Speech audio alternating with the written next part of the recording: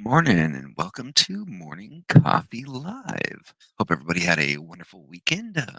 I did. I spent most of my time just relaxing and cleaning the house. Was nice. Just spent time with the family, got to church, did a lot of cleaning and a lot of just relaxing and playing with the kids, which was fantastic.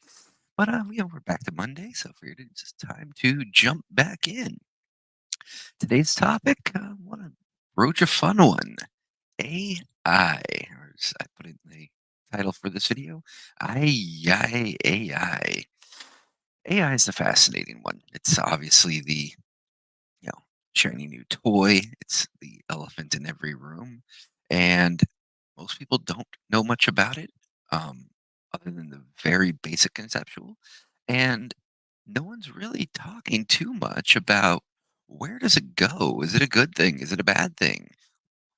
Everyone says it's going to take our jobs, and I would think if done properly, it probably will. But no one's actually talking about that and what it means, nor is anyone talking about the development of AI. So I'm going to talk kind of high level a bit about AI, what it is, what the dangers are, the fears, and also some of the stuff that's currently going on with it, what people are doing with it, and what it can be used for, and also some of those, threats, what makes it scary. Um, Personally, I think AI is absolutely fascinating. I think it has the potential to be one of the greatest things ever happened to mankind. It also has the potential to be our end. And without going, crazy Terminator, Matrix, Neo Ludite on you, there are still serious, real dangers to AI that people aren't talking about. So let's, I guess, kick it off there. Let's start with some of the dangers of AI. People brush it off way too easily. Um, I am, as a general rule, very much against regulation. I think the more things are deregulated, the better. AI is one of those areas I have to agree with Elon Musk on. I think we do need regulation and we're going to need it quickly.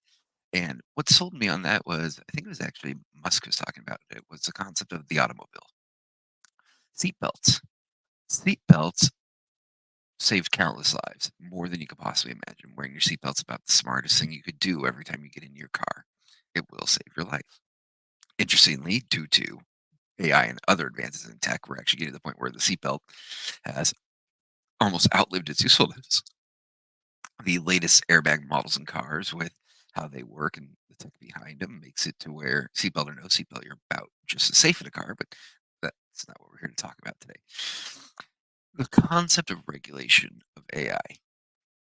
With automobiles, they were the shiny new toy, they were the new tech, and there was no regulation for them. They were brand new. People got out, and next thing you know, they're crashing into each other like people do in cars, and seatbelts became the lifesaver, but the automobile manufacturers never wanted to put them in. They resisted it. It wasn't until there was legislation passed forcing seatbelts that they finally came along. We're going to need something of that sort to slow down AI and to keep it in check. Well, why? AI is an existential threat. That does not mean it's necessarily going to go kill us all, but it has the potential to do so. If private industry was capable of building a nuclear bomb that could wipe out humanity, hell, even a just small bomb that could take out a couple of people, government jumps all over it. You're not allowed to have a nuclear bomb. You're not allowed to make one. It's not allowable. Well, with AI right now, there's basically no regulation in this country. Yet it has more destructive capability, arguably, than a bomb. Not maybe in the physical destruction, possibly even in that, but the weaponization of AI is the biggest current danger that I think is not being paid attention to. You can use AI right now to create deep fakes, to write text, to write social media posts, to do almost everything from a communicative standpoint you want. You can also have it post for you online, things like that. So one of the dangers that already exists, it's already being utilized, just not large enough to where the media is picking it up too much, is the individual weaponization. Using AI to attack an individual by creating deep fakes, putting words in their mouth that aren't theirs, just through posts, by creating images, doing reputational damage. It's very easily doable right now, and it's being done, and there's nothing really to stop against it. And currently, the only check and balance in place is the end user, if you will, of AI has to look at whatever material they're seeing and go, is this real? And that's never been an issue before. We've never had to look at something and say, is it real? I mean, there's the occasional, we had the Bigfoot pictures, sure, and we've had some Loch Ness pictures, and there's always been times where people go, is it real? And there's been some fraud here and there.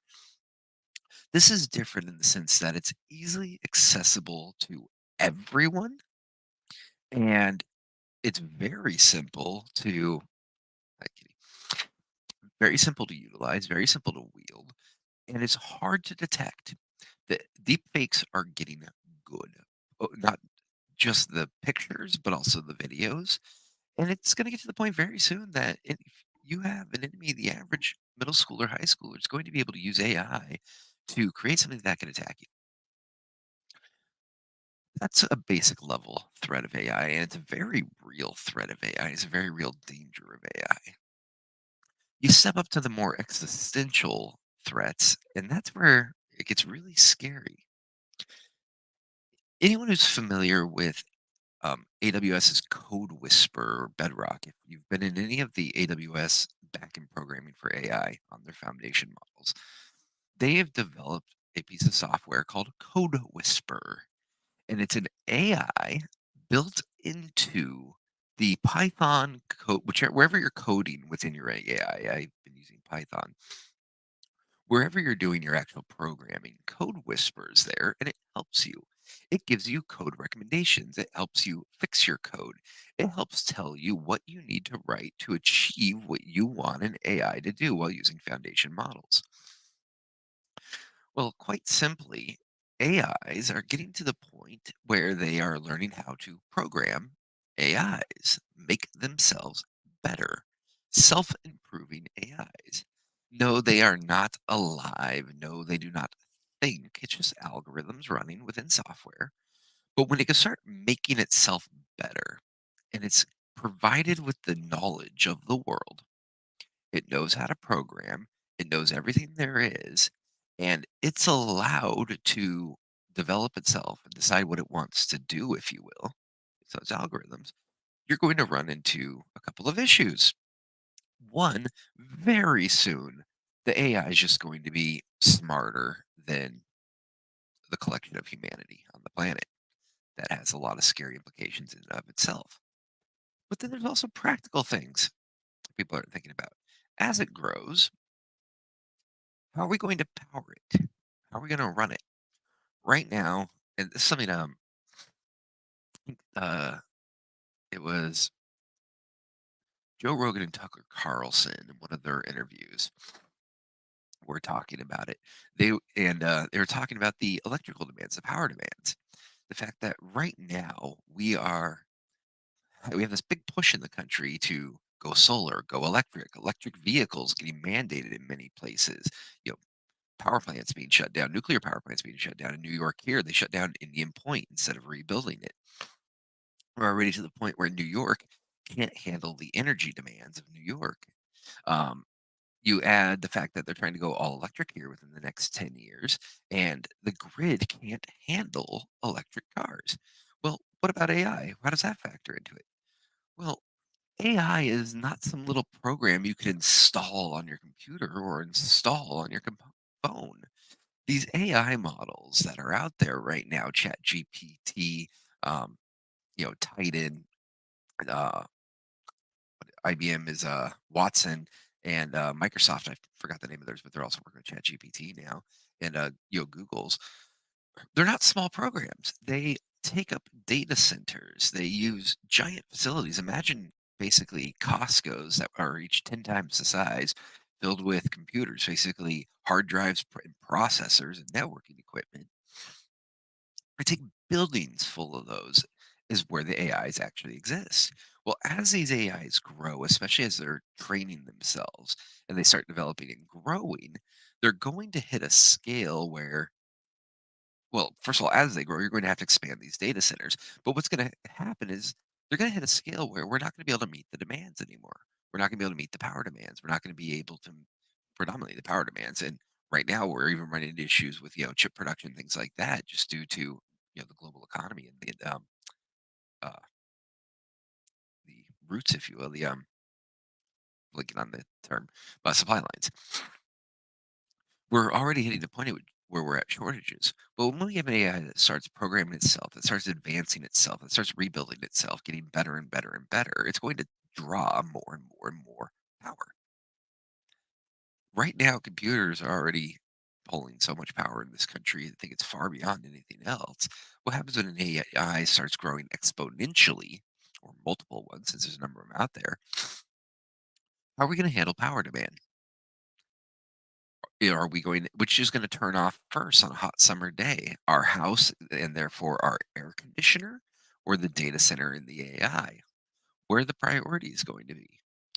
This is the Wild West. It's completely unregulated. Companies don't have rules that they really have to follow. Government hasn't really stepped in. As it grows, it's going to cause even more issues and there's no one looking at it. So as I said, I tend to hate government regulation and think that it's about the most inefficient thing. When it comes to protecting human safety, I do see a good use for it. And this is an area where I think that they're not paying enough attention. If we wait too long, it's going to grow beyond our control and it's going to be too little too late when we approach it. 'Cause if you look at the speed of AI development right now, ChatGPT hit the scene just over, I believe, 2 years ago now. And people are, oh my God, AI is here. And mind you, it was already more advanced than that behind the scenes, just not with a chat interface where you can talk to it. But it's been growing at such a rapid rate. I mean, we're back to Moore's Law almost when it comes to AI development. It's just redoubling over and over. It's growing fast. If we don't get in front of it quickly, it is going to become a problem. And then it's going to be something to address then. So there's kind of a quick high level overview of just some of the basic dangers of AI and some of the fears. But now let's talk about a bit more about its functionality, its use. I mean, the biggest one people talk about is the jobs. And will it take the jobs? Yes, absolutely. It will take the jobs if you do it right because it's more efficient and cheaper than human employees. Well, what kind of jobs is it fit to take? It's fit to take any kind of job that requires sitting at a computer. Quite simply, if your job takes place in front of a keyboard and monitor at a computer, AI is primed to take that. Why? Because anything on a computer can be ingested and interpreted by AI, and whatever outputs you are creating using your mouse and keyboard or camera and video and audio, it can do as well.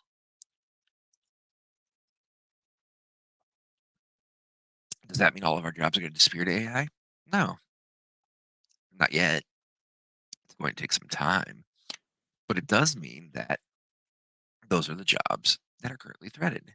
Now, all the construction people and everyone who works in manufacturing, the people who do hands-on jobs are going, "Whew, okay, I'm safe." You're not either. I don't know if anyone's taken a look at the latest in robotics these days, but between Boston Dynamics and Tesla, I don't know how much longer we have left. That manual labor is going to work because my wife already wants me to buy a robot for her as soon as they hit the point that they're working and affordable. In fact, if I don't know if anyone's seen it, let me pull it up real quickly. The new Boston Dynamics robot. Um, and I'm calling out the robots because these are what are going to take the rest of the jobs after AI has taken all the desk jobs. All right, let me share my screen here. Here we go. This is the latest from Boston Dynamics. I don't know who has or hasn't seen this, but what I do want to show is watch how this guy moves.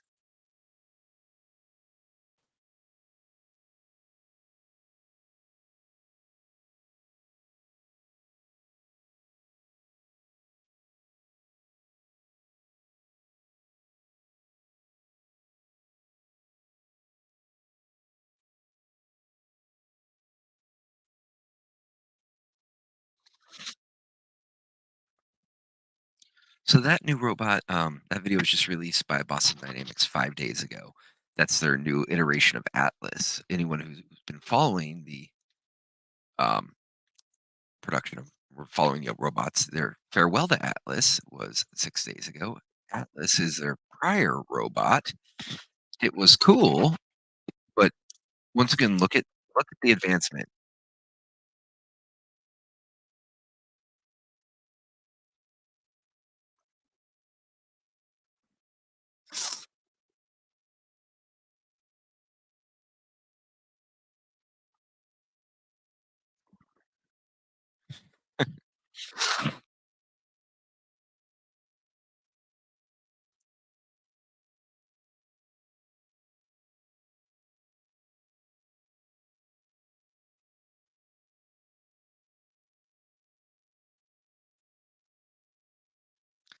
Rewind a bit here. You can see their lineup real quickly. One of their early robotic dogs, this giant guy.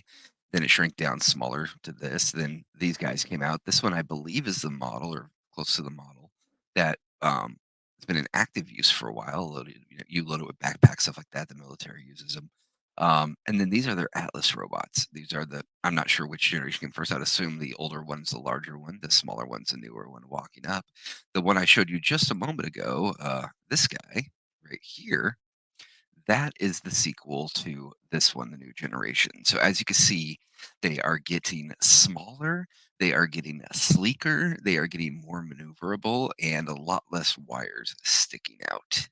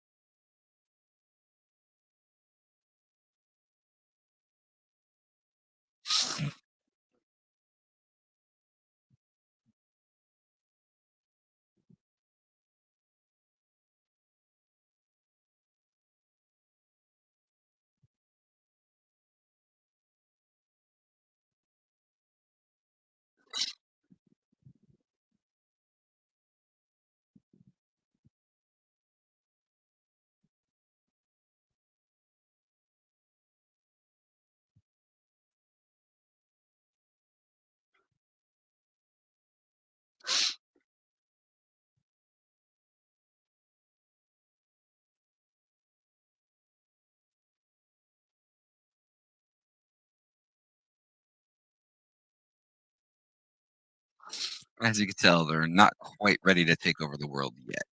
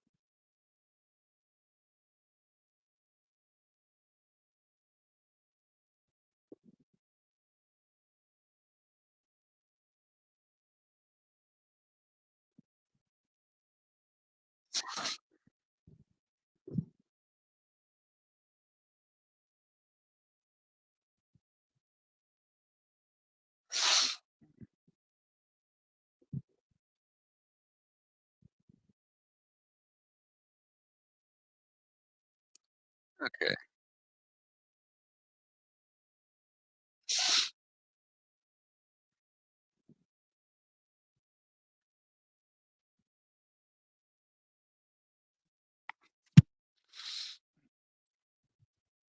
So that was 6 days ago that Boston Dynamics released that. And then one day later, they come back and they go, "Oh, yeah, we went from that to the Ring."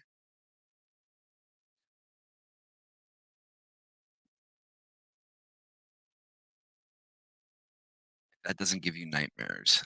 I'm not sure what will, but either way, So my wife already wants one. She decided it'll be named Rosie from the Jetsons, of course, and she wants it to clean the house for her. All we got to see so far is it walk away, but if you look at what Boston Dynamics has done with its former Atlas robot, I would say we are in for a hell of a treat.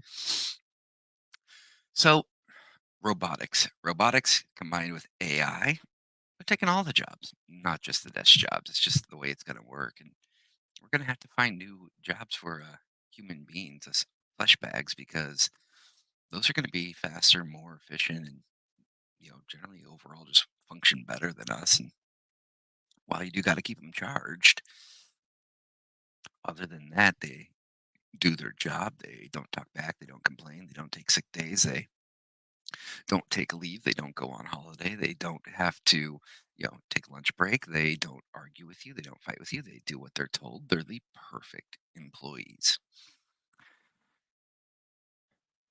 So, where are we going with AI? Where are we going with robotics? Well, we are going to a brand new world. And while we have lots of sci fi movies that have painted various pictures of that future for us, we're living it now. And the truth is, time will tell. The government's staying out of it predominantly, very little regulation. It really means it's in the hands of a bunch of, you know, 30 and 40-year-olds in California and the high tech companies in the Bay Area making the decisions on what the future of this planet looks like. So, all that being said, what I would love to do tomorrow is jump into how can we utilize AI? What can we do with AI for marketing and other business implications? And how can we make the best of it? If it is going to take over the world or kill us all, you never really know. Well, we might as well join the party and figure out how to use it. So I want to jump into some specific use cases for where to start with your development of AI. Once again, if you haven't taken a look at my white paper, I would take a look at that. It's just kind of a high level layout of where to begin. What's the just kind of going deeper in everything I talked about here. Go ahead and check that out. But then I was jumping into AI use cases where it can currently be utilized for business, um, whether that be a small business all the way up to an enterprise, but even small businesses, I think just have so much potential with AI. And what are specific use cases that it can serve where it can help you get the job done? It can increase your production, your efficiency without also, killing you or taking over your job completely. Well, have a wonderful day, everybody, and I will be back tomorrow with more talking about AI and marketing and jumping into a bit more of the fun. But for now, just remember, ay, ay, ay, ay.